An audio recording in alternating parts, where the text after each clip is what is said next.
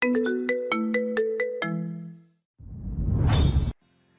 মিনিটে 3টে সিগারেট শেষ করে দিয়েছে দিহান। ভয় টেনশন একটাই, সায়ান আবার বেশি রাগ করে অতসীর কোনো ক্ষতি না করলেই হলো। সব আগে থেকেই প্ল্যান ছিল, অনামিকা যেহেতু সুস্থ হয়েছে সবাই ওর সাথে স্বাভাবিক আচরণ করবে, তাই তো অনামিকার সাথে এত ভালো ব্যবহার। না হলে দিহান আগে এই মেয়েকে উপযুক্ত শাস্তি দিয়ে দিত। ইফাতের স্পর্শে পিছনে ফেরে দিহান। উপরে চল, সায়ানের সাথে কথা বলা দরকার। অনামিকার স্বাস্থ্যের জন্য কিন্তু এটা। ইফাদের কথা শেষ হতে না হতেই দিহান বলল, সবসময় বন্দুক অতসীর কাঁধে রেখেই কেন চালাতে হবে? তুই কি দেখিসনি লেডির কতটা কষ্ট হচ্ছিল? আমি জানি, কিন্তু আমরা নিরুপায়। অনামিকার সুস্থ থাকা প্রয়োজন, না হলে সত্য জানবো কি করে? সায়ান চুপচাপ অতসীর সামনে বসে আছে। রাগ অনেকটা কমে গেলেও অতসীর হাত খুব শক্ত করে ধরে রেখেছে, বা পায়ের বৃদ্ধাঙ্গুলি দিয়ে ফ্লোরে অনবরত আঘাত করছিল অতসী। সায়ানের দৃষ্টি সেদিকে, হঠাৎ অতসীর বৃদ্ধাঙ্গুলির নখ কটাস করে ভেঙে দিল। সায়ান আনমনি হেসে অতসীর দিকে তাকিয়ে ধীর গলায় বলল, ক্ষতিকার হলো। রাগ ভালো না মিস্টার মাহমুদ, রাগ হলে পানি খেতে হয়। আপনি বসুন, আমি পানি নিয়ে আসছি। লাগবে না, আজ থেকে তুমি এই রুম থেকে বেরোবে না, যতদিন না অবধি অনামিকাকে আমাদের সম্পর্কের কথা জানানো হচ্ছে। জানানো কি খুব প্রয়োজন? না মানে আমি চলে গেলেই তো আপনারা সুখে শান্তিতে বসবাস করিতে পারবেন। এটা ঠাকুমার ছড়ি না, যেখানে গল্পের শেষে সুখে শান্তিতে বসবাস করিতে লাগিল বলে তুমি ইতি টানবে। কিন্তু এই ঘরে সব আছে, যা যা লাগবে তোমার সব এসে যাবে, কিন্তু তুমি রুম থেকে বেরোবে না। অতসীর করুণ দৃষ্টি সায়ানের দিকে, দৃষ্টি উপেক্ষা করেই সায়ান আবার বলল, হুমায়ুন আহমেদ বলেছেন, অধিক ভালোবাসলে হয় ছেলে মেয়ের হাতের পুতুল হয়ে যায়, আর না হয় মেয়ে ছেলের হাতের পুতুল। দুজনে একসাথে অপরের কাছে হাতের পুতুল হয় না। জানো অতসী, আমি তোমাকে ভালোবাসি, কিন্তু তোমার হাতের পুতুল আমি হতে পারবো না। তুমি যেদিন শুধু আমার হবে, শুধুই আমার, সেদিন আমি তোমার হাতের পুতুল হব। এর আগে না, কারণ আমি তোমাকে হারাতে পারবো না।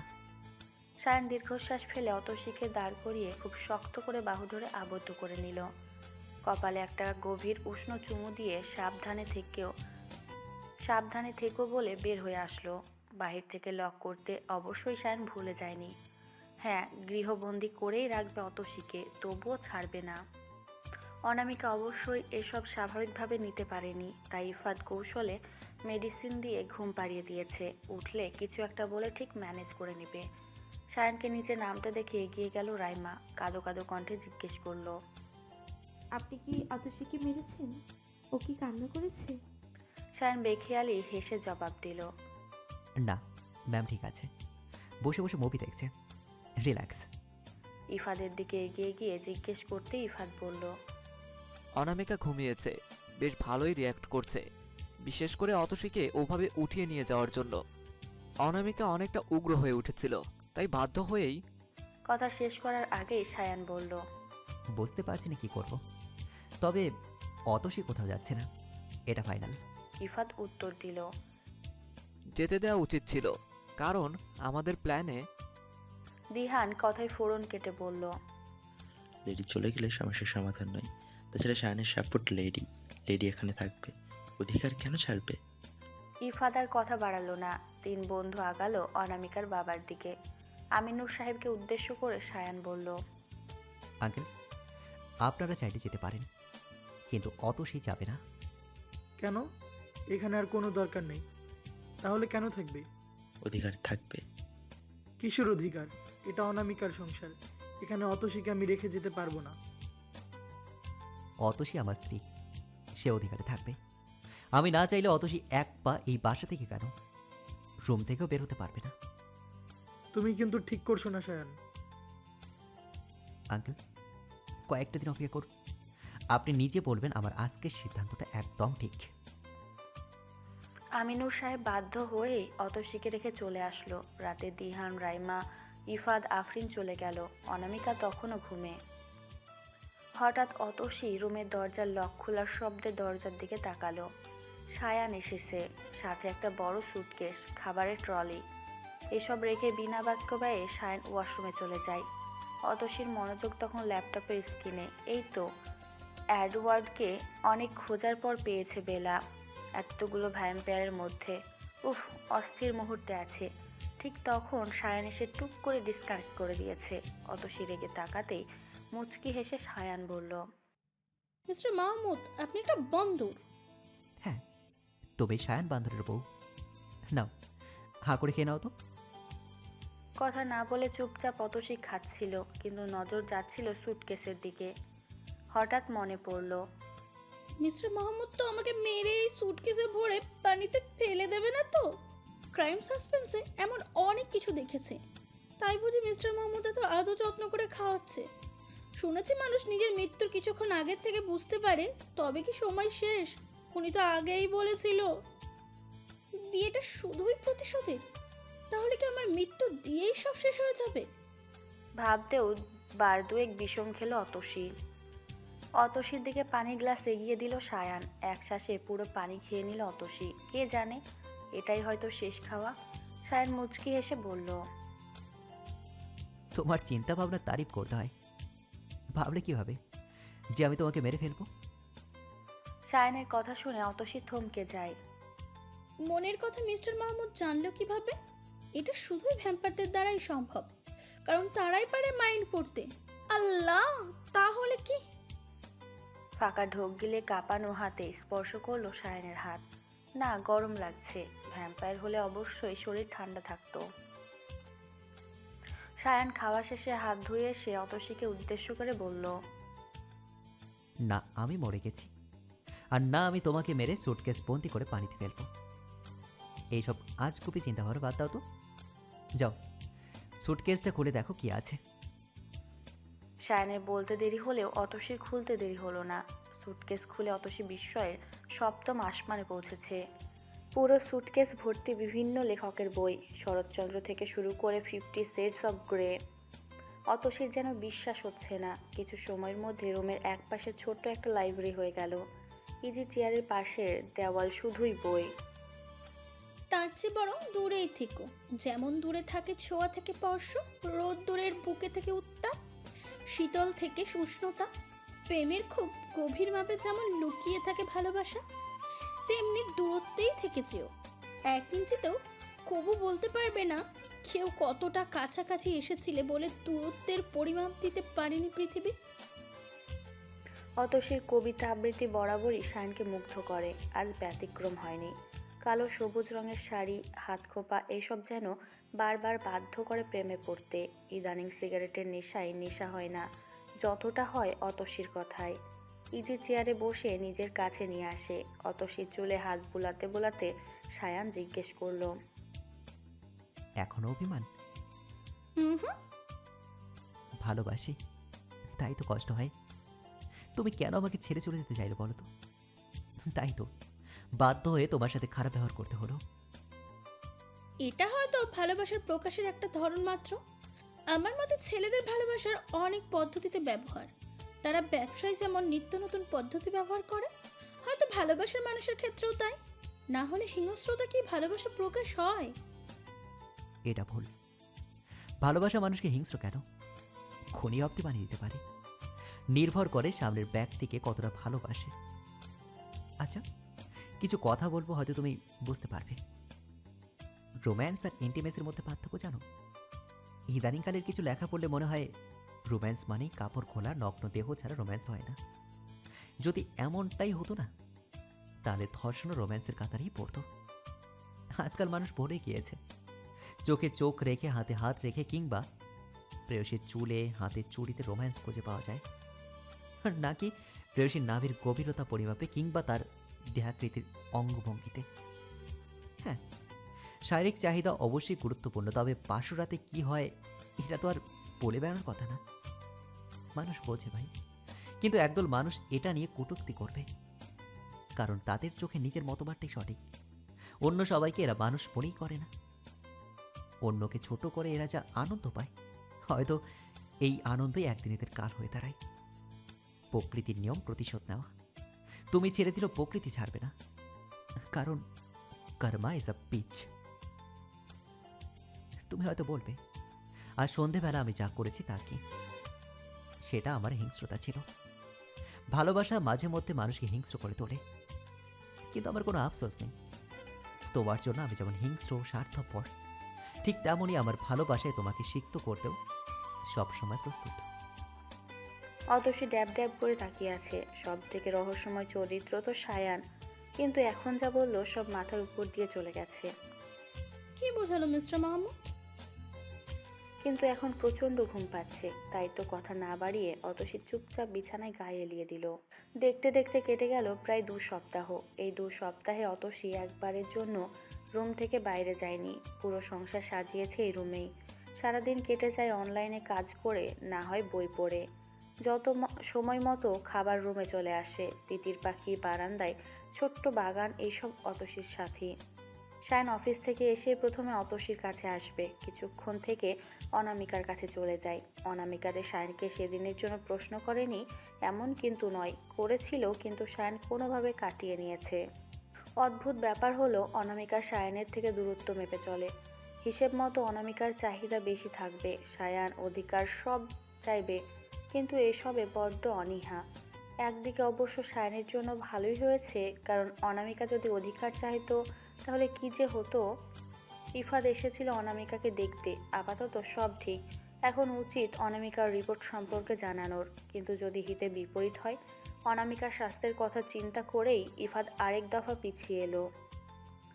অতসীর সাথে দেখা করতে যায় ইফাদ। শায়ান এক প্রকার বন্দি করে রেখেছে। ভালোবাসার বিভিন্ন রূপ ইফাদ দেখেছে, খুব অল্প সময়ে দেখেছে। অতসীর জন্য শায়ানের পাগলামো, দিহানের জেদ, অতসীর বন্ধুত্ব কিংবা রাইমার আত্মত্যাগ, সব যেন এক একটি জীবন্ত উদাহরণ। অতসীর সাথে বেশ কিছুক্ষণ আড্ডা দিল ইফাদ। এই কথা সে কথা কত কথা হলো। আফরিন ইফাদের সম্পর্ক ঠিক করতে বেচারিকে ভুয়েস ভুগিয়েছে, কিন্তু দিন শেষে অতসীর সব সামলে আফরিনকে বাধ্য করেছিল ফিরে আসতে। তাই হয়তো ইফাদ আফরিন এক হয়েছে। কিছুক্ষণ চুপ থেকে রাইমা দিহানের সম্পর্কে বিনা দ্বিধায় জিজ্ঞেস করে অতসী। ইফাদ সবটা বলে, বিয়ের কারণ, দিহানের নেশায় করা ভুল সব বলে। অতসী চুপচাপ শুধু শুনছিল। রাইমা কেন এসব বলেনি, কিছু ধারণা সে করেছিল, কিন্তু এতটা। ইফাদের কথা শুনে অতসী দীর্ঘশ্বাস ফেলে। এছাড়া আর কী বা করার আছে। তবে হ্যাঁ, এটা বিশ্বাস আছে রাইমা ঠিক দিহানের মনে জায়গা করে নিতে পারবে। দ্রুত ইমিগ্রেশন শেষ করে ফ্লাইটে চেক ইন করলো রেদওয়ান। লাস্ট মোমেন্টে আজ দেশে ফিরছে সে। অনেক প্রশ্নের জবাব চায়। ভালোবাসার প্রত্যাখ্যান করেছিল, তার জন্য মাপ চায়, কিন্তু আদৌ কি পাবে? না, পারতে তো হবেই। প্রায় 17 মাস পর আজ তার একটু দেখা পেয়েছে। মেয়েটা উধাও হয়ে গিয়েছিল, ফিরিয়ে দিবে তো? দিক না, কিন্তু একবার তার সামনে গিয়ে দাঁড়াবে। ভালোবাসার দাবি নিয়ে না, ক্ষমার জন্য, নিজের সন্তান অস্বীকার করার পাপ থেকে মুক্তির জন্য। কিন্তু এ পথ যে কখন শেষ হবে। ফোনে কথা বলতে বলতে রুমে প্রবেশ করলো শায়ান। আজ বড্ড বেশি দেরি করে ফেলেছে। অতসী প্রায় ঘুমিয়ে গিয়েছিল। শায়ান এনে টেনে টুনে খাইয়ে দিতেই আবার ঘুম। রাতের খাবার শায়ানের হাতে খাওয়ার অভ্যেস হয়ে গিয়েছে অতসীর। ফ্রেশ হয়ে এসে অতসীর পাশে শুয়ে এক হাতে নিচের দিকে টেনে ঘুমের দেশে পাড়ি জমায় শায়ান। কারো হালকা চিৎকারে ঘুম ভাঙল অতসীর। চোখ বুজেই নিজেকে আবিষ্কার করলো শায়ানের বুকে। আধা ঘুমে চোখ মেলে তাকাতেই একজনকে দেখতে পেল অতসী। হঠাৎ গলা শুকিয়ে কাঠ হয়ে যাচ্ছে, বুকের মাঝখানে কেমন জ্বালা পোড়ার অনুভূতি। বাম হাতে শায়ানের বুকের কাছটা টি শার্ট খামচে ধরে অতসী অস্ফুট স্বরে বলল, অনা আপু, তুই এখানে? অতসী খুব দ্রুত উঠতে চেষ্টা করেও পারে না। এদিকে অনামিকা ঠায় দাঁড়িয়ে আছে, পরনে হালকা আকাশি রঙের শাড়ি, চুলগুলো বড্ড অগোছালো। শরীর বেশ ভালোই লাগছে, স্বাস্থ্য ভালো হয়েছে আগের থেকে একটু। অতসী যতই উঠতে চাইছে, শায়ান আষ্টে পৃষ্ঠে আবদ্ধ করে নিচ্ছে বারবার। অতসীর ডাক শায়ান গ্রাহ্যই করছে না। এদিকে শায়ান ঘুমের মাঝে ভাবছে হয়তো আজান দিয়েছে, তাই অতসী উঠতে চাইছে। শায়ান অতসীকে শক্ত করে 2 হাতে আঁকড়ে ধরে টেনে শুইয়ে দিয়ে অতসীর কাঁধে মাথা রাখলো। অনামিকার চোখের সামনে সব স্পষ্টতই ঘটছে। এদিকে অতসীর ছটফটানো বেড়েই চলেছে। এবার শায়ান চোখ খুলে তাকিয়ে জিজ্ঞেস করলো, এমন করছো কেন? বাইরে এখনো আলো ফোটেনি।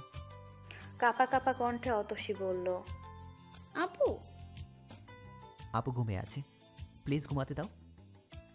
না সায়ান, আমি ঘুমে নেই। ভাগ্যিস আমার ঘুম ভেঙেছিল, না হলে তো। অনামিকার কণ্ঠস্বরে সায়ান উঠে বসে। দরজার দিকে তাকাতেই অনামিকাকে দেখতে পায়। এক হাতে দরজায় ভর দিয়ে হেলানোভাবে দাঁড়িয়ে আছে সে, কিন্তু এই দরজা তো। নিজেকেই মনে মনে গালি দিল সায়ান। ফোনে কথা বলার সময় এতটা ব্যস্ত ছিল যে দরজা ঠিকমতো লাগিয়েছে কিনা খেয়াল করেনি। সায়ানের চিন্তার ঘোর কাটল যখন অতসী দ্রুত নেমে গিয়ে অনামিকার দু হাতে আঁকড়ে ধরে বলতে শুরু করেছে। আবু তুই ভুল বুঝছিস, আসলে অনামিকা অতসীকে থামিয়ে দিয়ে বলতে শুরু করে। ফুল? অথচ নিজের স্বামীকে বোনের বিছানায় দেখে আমি ভুল ভাবছি, নাকি আমার বোনকে আমার স্বামীর বুকে দেখেছি বলে ভুল করেছি? তুই না চলে গিয়েছিলি, কখন আসলি? আবু প্লিজ শান্ত হও, চিৎকার করো না তোমার স্বাস্থ্যের জন্য। চিৎকার? লজ্জা করছে না তোর আমার সংসার এভাবে শেষ করে দিতে? হারে, ও তো পুরুষ মানুষ, চাই তো থাকতেই পারে, তাই বলে রাস্তার মেয়ের মতো সব বিলিয়ে দিলি? আপু আমার কথা শোন। বাবা ঠিকই বলে তুই রাস্তার মেয়ে, আসলে তুই রাস্তার মেয়ে না, তুই বাজারি মেয়ে। ছোটবেলা থেকে আমার সব কিছুই তোর চাই, তাই এভাবে আমার স্বামীকে কেড়ে নিলি। সমাজে কি পরিচয় দিবি নিজের? সায়নের রক্ষিতা বলে? অতসী এ পর্যায়ে অনামিকার পায়ে বসে পড়ে, পা ধরে মিনতি সুরে বলতে থাকে। আবু তুই যা বলবি আমি মাথা পেতে নেব, কিন্তু এবার শান্ত হয়ে যা। সায়ন এতক্ষণ চুপ থাকলেও এবার এগিয়ে এসে বলল। অতসী আমার স্ত্রী, লিগাল ওয়াইফ। আশা করছি তুমি বুঝতে পেরেছো। স্ত্রী মানে? অতসী তোমার স্ত্রী হলে আমি কে সায়ন? তুমি আমার স্ত্রী। সায়নের কথায় অনামিকা দরজা ঘেঁষে বসে পড়ে। কিছুক্ষণ চুপ থেকে খুব সহজ গলায় বলল। তোমরা দুজন আমাকে এইভাবে ঠকাতে পারো না। সায়ন মাহমুদ, তুমি অতসীকে ছাড়বে, এমনকি এক্ষুনি তালাক দেবে? সম্ভব নয়। সব সম্ভব। তুমি মুখে মুখে মুখে এক্ষুনি 3 তালাক না দিলে আমি কিছু করে ফেলবো। অতসী চুপচাপ উঠে দাঁড়িয়ে চোখের পানি মুছে বলে। আপু আমি চলে যাচ্ছি, প্লিজ তুই শান্ত হ। কোনো দিন ফিরে আসবো না, আমার জন্য তুই অনেক হারিয়েছিস, আর হারাতে হবে না। সায়ন অতসীর হাত খুব শক্ত করে ধরে, হাত ধরে টেনে একদম নিজের সাথে মিশিয়ে অনামিকার মুখোমুখি দাঁড় করায়। অনামিকা, এটা তোমার জীবনের একটা সত্যি, তুমি মানতে বাধ্য। তোমার যতটা অধিকার ঠিক ততটা অধিকার অতসীর। আমি মানি না। কথা শেষ করার আগেই অনামিকা অতসীর হাত ধরে টান দিয়ে উল্টো ধাক্কা দেয়, যার ফলে অতসী পাশে রাখা ল্যাম্পের স্ট্যান্ডের কাছে ফ্লোরে ধপ করে পড়ে যায়। এদিকে অনামিকা নিজেও সেন্সলেস হয়ে সায়নের পায়ে লুটিয়ে পড়ে। রাত প্রায় 2:23। দিহান ইফাত চলে এসেছে। অনামিকার ব্লাড প্রেশার প্রায় 180/130, যেখানে নর্মাল 120/80। অনামিকার মাইনর অ্যাটাক হয়নি, এটাই বেশি। এত দ্রুত বেন হয়তো নিতে পারছে না, কিন্তু যদি বেশি জোর দেওয়া হয় অনামিকা মারা অবধি যেতে পারে। ইফাত বেশ রেগে আছে, এতটা কেয়ারলেস সায়ান কীভাবে হতে পারলো। অনামিকার লাইফ রিস্ক। হ্যাঁ, মেয়েটা যা করেছে হয়তো ঠিক না, কিন্তু সত্যতা এখনও প্রমাণ হয়নি। তাছাড়া কারো লাইফ নিয়ে এমন রিস্ক নেওয়ার অধিকার কারও নেই। কিন্তু দিহানের দৃষ্টি অতসীতে স্থির। মেয়েটা অনবরত কাঁপছে, দরজার হাতল ধরে ঠায় দাঁড়িয়ে আছে। দিহানের প্রচণ্ড ইচ্ছে করছে অতসীর কাছে এগিয়ে গিয়ে শক্ত করে দুহাত ধরতে, সাহস দিতে। লেডি, আমার লেডি লাক, তুমি চিন্তা করো না, আমি তো আছি, সব ঠিক হয়ে যাবে। কিন্তু আফসোস, আজ দুহাত ধরার অধিকার নেই, না আছে সামনে দাঁড়ানো কোনো যোগ্যতা।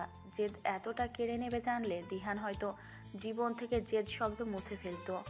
দীর্ঘশ্বাস ফেলে সায়নের দিকে আগালো দিহান। মাঝে মধ্যে পুরুষ মানুষের এমন অনেক কিছুই মেনে নিতে হয়, যার কারণে তার হৃদয়ে অনবরত রক্তক্ষরণ হতে থাকে, কিন্তু তবুও মেনে নিতে হয়।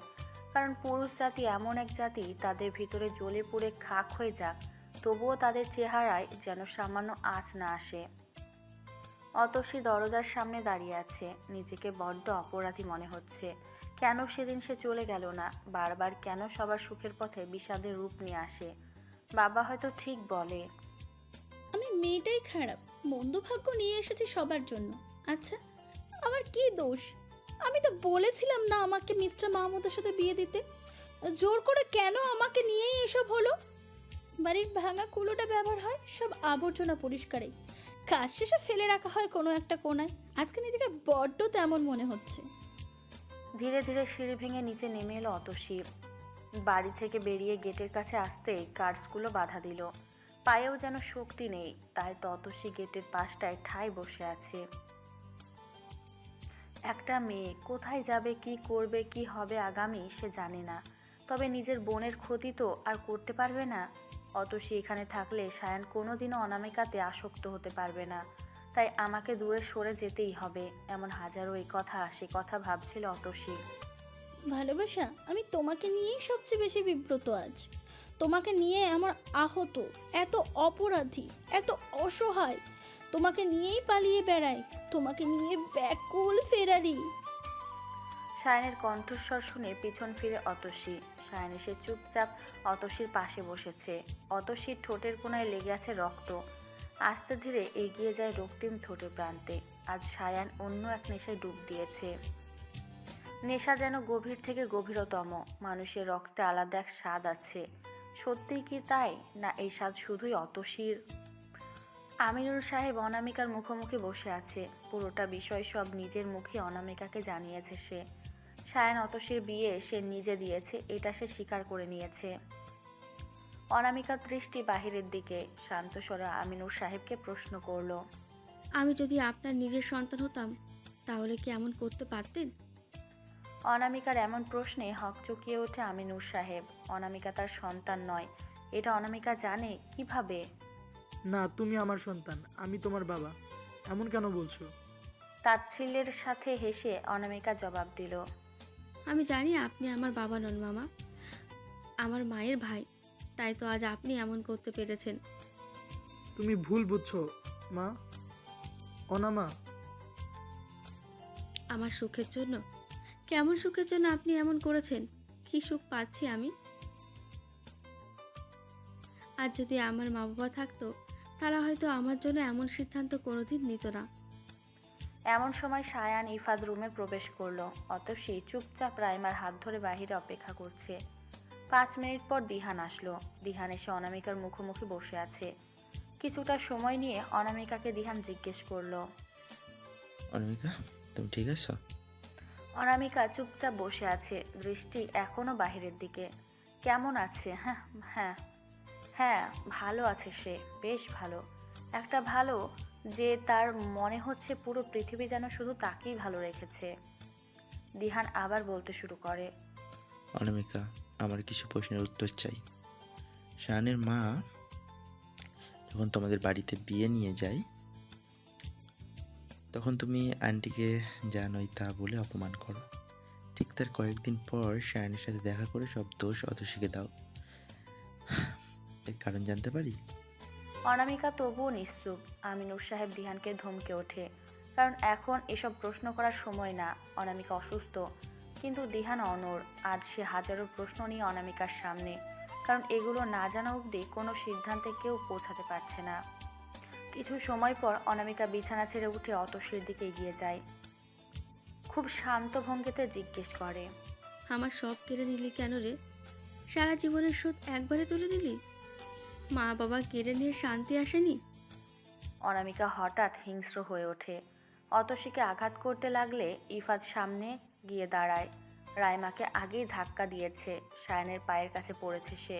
সায়ান দুহাতে রাইমাকে তুলেছিল। মেয়ে মানুষের এত শক্তি কোথা থেকে এলো ভেবে পায় না ইফাত। খামচে গলার পাশটায় রক্ত বের করে ফেলেছে ইফাদের। দিহান সায়ান পিছন থেকে অনামিকাকে ধরলেও অনামিকা শান্ত হচ্ছিল না। বাধ্য হয়ে ইফাত খুব দ্রুত সিটেক টিপনি দিল। চিৎকার করে কিছু সময় পর ঘুমিয়ে পড়ল।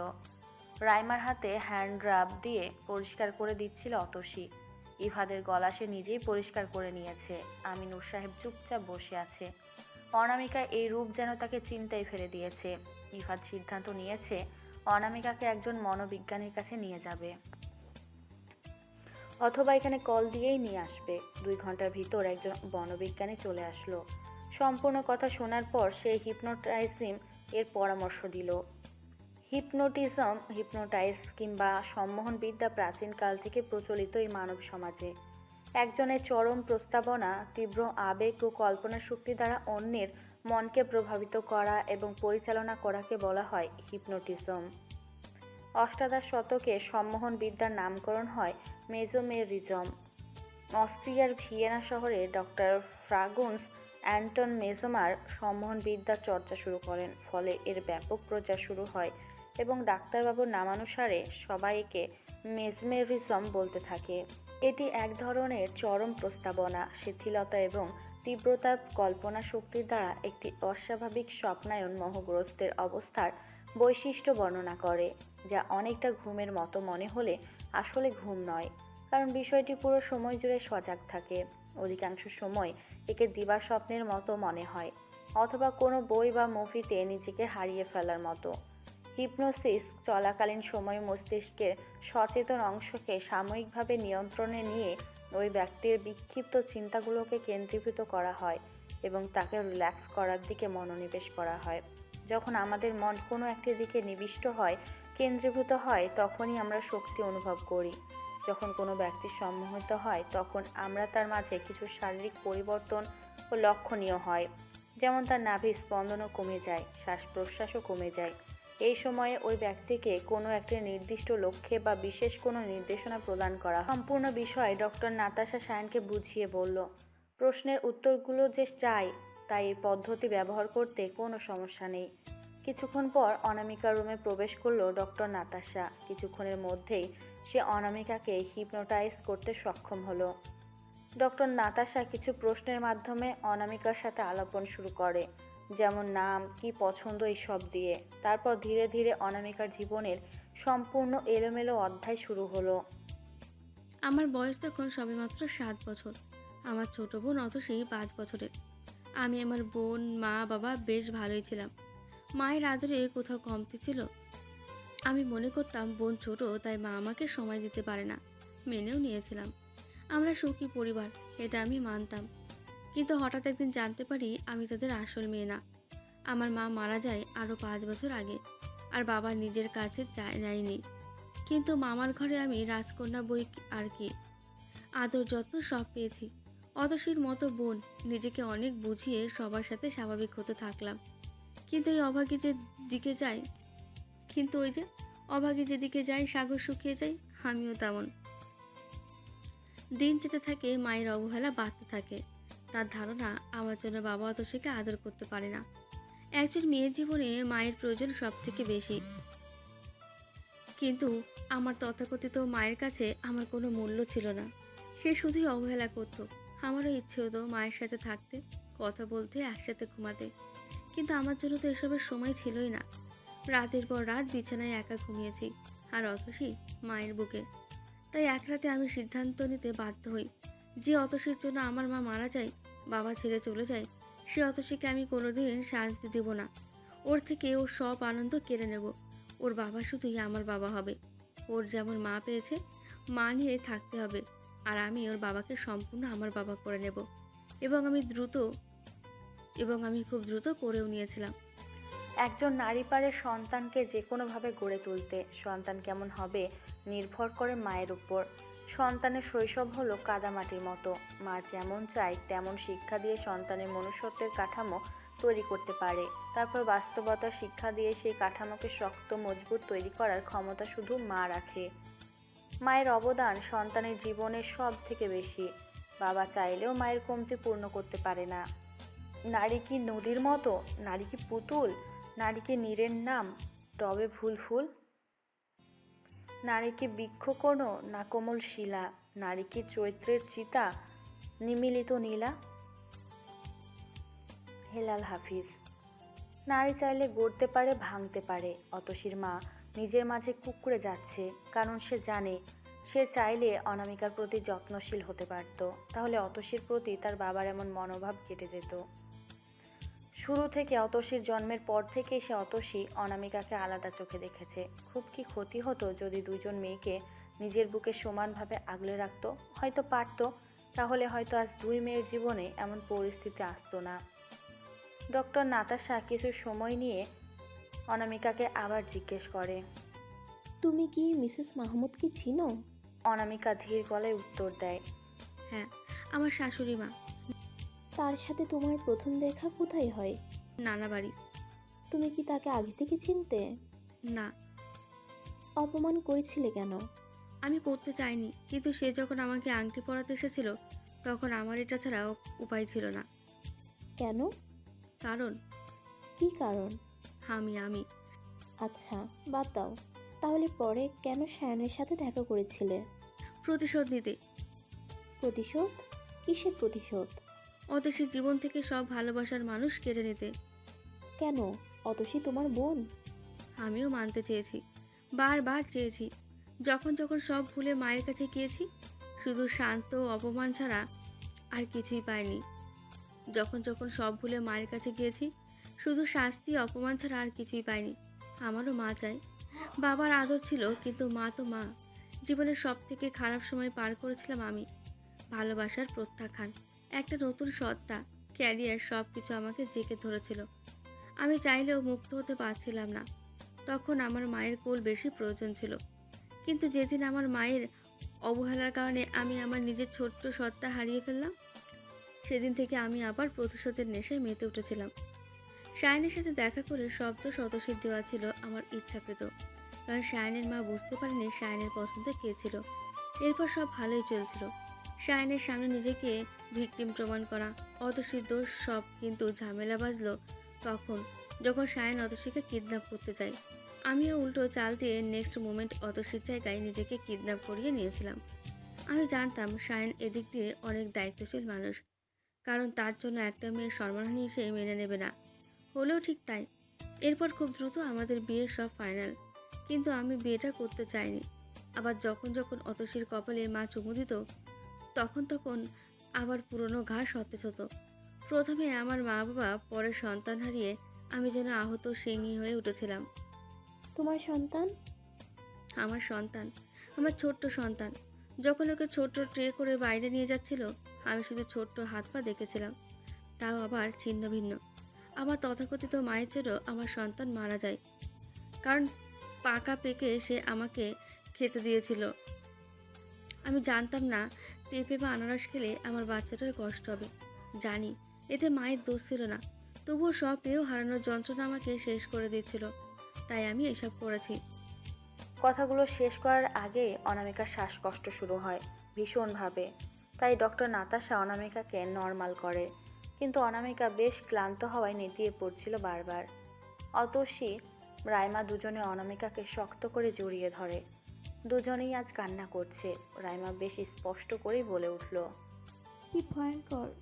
একা ছিলে তুমি আপু, সবার মাঝে থেকেও তুমি ছিলে না। আর আমি কি না তোমাকে? আপু প্লিজ মাফ করে দিও। অতসী চুপচাপ দাঁড়িয়ে কান্না করছিল। এদিকে অতসীর মা ঠায় বসে আছে। সবাই নিশ্চুপ। ডক্টর নাতাশা ইফাদের দিকে এগিয়ে যায়। ইফাত, সব জানার পর জানি না তোমাদের সিদ্ধান্ত কি হবে, তবে মেয়েটা মানসিকভাবে অসুস্থ। ছোট বয়স থেকে এসব আঘাত নিয়ে, অবহেলা নিয়ে ওর মাইন্ড নেগেটিভ দিকে চলে যাচ্ছিল। এমন হওয়াটা স্বাভাবিক ছিল, শুধু হারিয়ে আজ এমন। যদি পারো ভালোবাসায় আগলে রাখো, শাস্তি দিয়ে পুরোপুরি অন্ধকারে ঠেলে দিও না। একসময় ইফাদ শায়নের দিকে একটা ম্যাটার্নিটি রিপোর্ট এগিয়ে দেয়। ফাইলের উপরে বাচ্চার ছবি স্পষ্টত, রোগীর নামে লেখা অনামিকা ইসলাম। রিপোর্ট দেখে দিহান বলতে লাগলো, অনামিকার প্রেগনেন্সির সময়ের সব এই রিপোর্ট লেখা আছে। অতিরিক্ত দুর্বলতা এবং অক্সিজেনের অভাবে বাচ্চা 13 সপ্তাহ বয়সে মারা যায়। তার মানে শায়নের জন্য প্রস্তাব নিয়ে যাওয়ার সময়টা ছিল অনামিকার প্রেগনেন্সির সময়। তাই বাধ্য হয়ে অনামিকা শায়নের মায়ের সাথে খারাপ ব্যবহার করে, কারণ অবশ্যই বাচ্চাটা ভালোবাসার মানুষের ছিল। অনামিকার কথায় স্পষ্ট, সে অনামিকাকে প্রত্যাখ্যান করেছিল। তাই হয়তো মানসিক চাপে এমন করতে বাধ্য হয়েছে। তবে প্রশ্ন কিন্তু রয়েই যায়, অনামিকার সন্তানের বাবাকে। পিছন থেকে কারো কণ্ঠস্বর ভেসে আসে। দৃঢ়, স্পষ্ট, বলিষ্ঠ কণ্ঠে কেউ বলে, অনামিকার সন্তানের বাবা আমি ছিলাম। পিছন ফিরে ইফাদ খেয়াল করলো আফরিনের সাথে দাঁড়িয়ে থাকা লোকটি আর কেউ নয়, আফরিনের বড় ভাই মিস্টার রেদওয়ান রাকিব।